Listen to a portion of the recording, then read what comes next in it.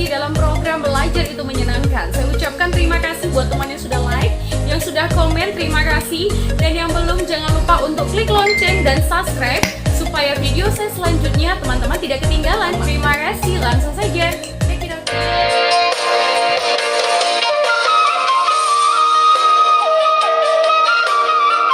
Sejarah Kerajaan Batak Tua.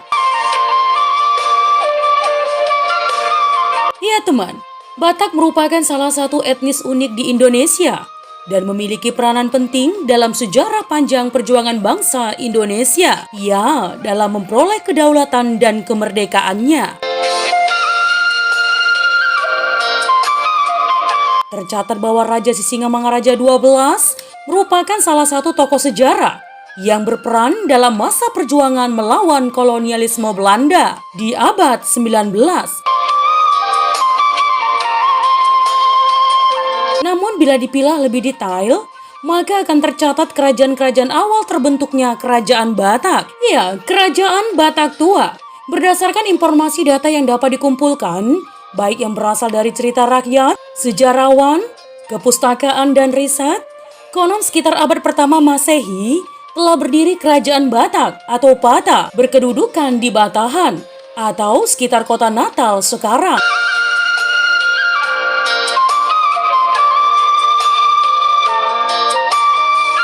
Wilayah kekuasaannya meliputi seluruh pantai barat Sumatera, teman. Dahulu disebut Pulau Andalas atau dibaca Adalas, sampai ke bagian barat Pulau Jawa yang dihuni oleh suku Baduy. Ya, sebutan istilah Baduy berasal dari bahasa Austronesia purba yang masih banyak dipergunakan oleh orang Batak sekarang. Terdiri dari dua suku kata, Ba, Niadui atau nun jauh di sana.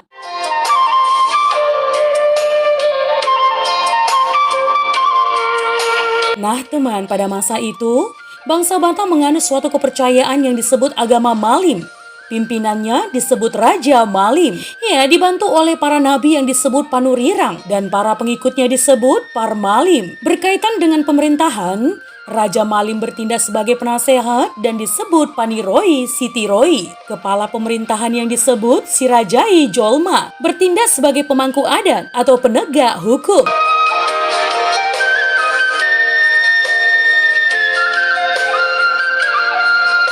Terbetik berita teman bahwa pada masa jayanya, Kerajaan Batak telah menjalin hubungan dagang dengan kerajaan-kerajaan lain seperti Kerajaan Kola India, Kerajaan Ming Cina, dan telah memiliki semacam perguruan tinggi Parmalim di Gunung Tua, di mana masih terdapat sisa-sisa peninggalannya hingga sekarang, antara lain Candi Portibi,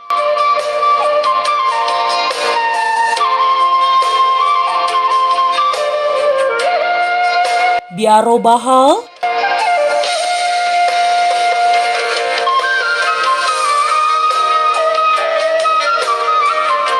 Sitopaon atau Sitopayan,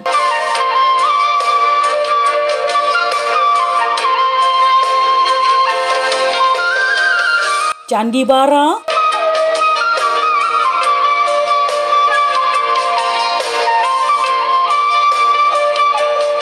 Candi Pulo,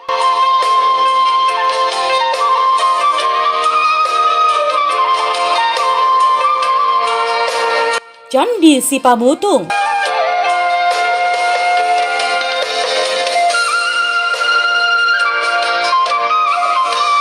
Candi Tandihat 1,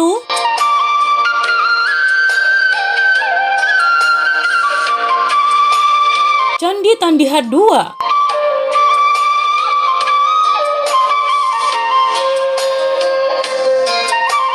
Candi Sisangkilon,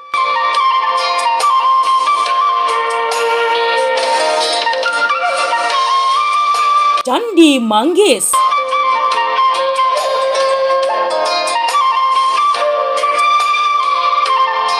ya, candi-candi ini menandakan bahwa orang Batak telah mengenal pendidikan dan telah memiliki peradaban yang maju. Sebuah peta kuno yang dibuat oleh Claudius, salah seorang gubernur kerajaan Yunani yang berpusat di Alexandria, Mesir.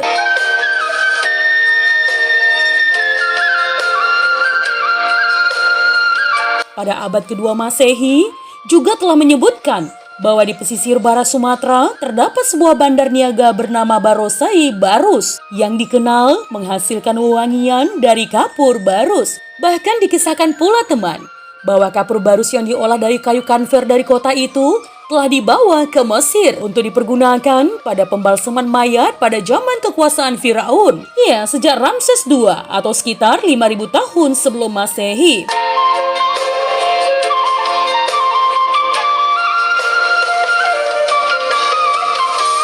Lebih lanjut teman, peta kuno Sumatera oleh Claudius, raja dari Sriwijaya yang muncul kemudian dan berkuasa di pantai timur Pulau Sumatera, tidak pernah mengganggu keberadaan kerajaan Batak di bagian barat. Kabarnya nih ya, mereka masih ada hubungan keluarga, sama-sama keturunan keluarga Selendra, yaitu keluarga yang datang dari Pulau Sailam, Sailan atau Kailon.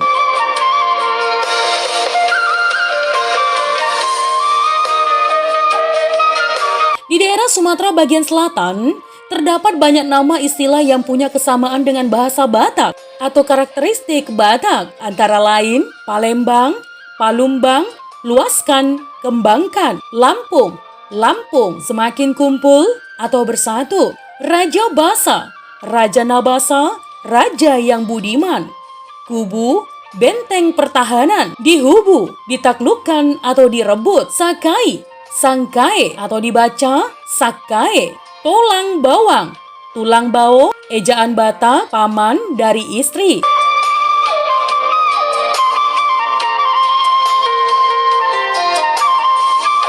Nah teman, pada tahun 1024, Raja Racendra Koladewa dari negeri Kolal menyerbu negeri Batak. Hal ini kabarnya disebabkan ketersinggungan Raja Koladewa I atas hubungan dagang antara kerajaan Batak tua dengan kerajaan Ming pada waktu itu.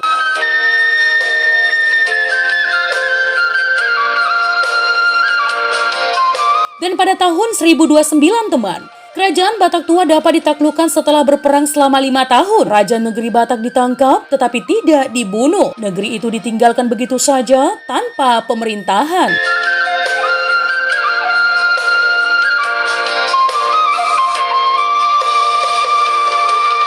Nah teman, itu tadi adalah sejarah kerajaan Batak tua. Jika ada kesalahan dalam penyampaian sejarah, mohon dimaafkan ya teman.